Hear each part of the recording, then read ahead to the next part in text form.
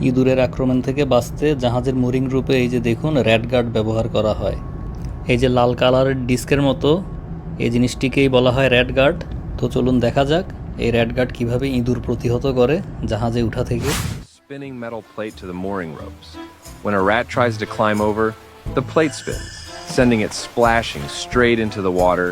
It's a simple idea, but it's proven to be one of the smartest and most effective ways to keep rats from sneaking aboard. এই যে দেখুন আমাদের জাহাজের ঠিক সামনেই আরেকটি জাহাজ এসে মাত্র ভিড়েছে এবং ওই জাহাজের ডেক ক্রু মুরিং রোপের উপরে রেড গার্ড দিচ্ছে। ইঁদুর আসলে বড় একটা সমস্যা। ইঁদুর রোগ জীবাণু ছড়ায়, প্লাস খুব দ্রুত বংশ বিস্তার করে। তো ল্যান্ড থেকে যেন জাহাজে ইঁদুর উঠতে না পারে এজন্যই জাহাজের প্রত্যেকটি মুরিং রোপে এরকম রেড গার্ড দেওয়া হয়। দেখতে পাচ্ছেন 4টি রোপেই অলরেডি রেড গার্ড দেওয়া হয়ে গিয়েছে এবং রেড গার্ডের এই ইনফরমেশনটি হয়তো অনেকের কাছেই নতুন।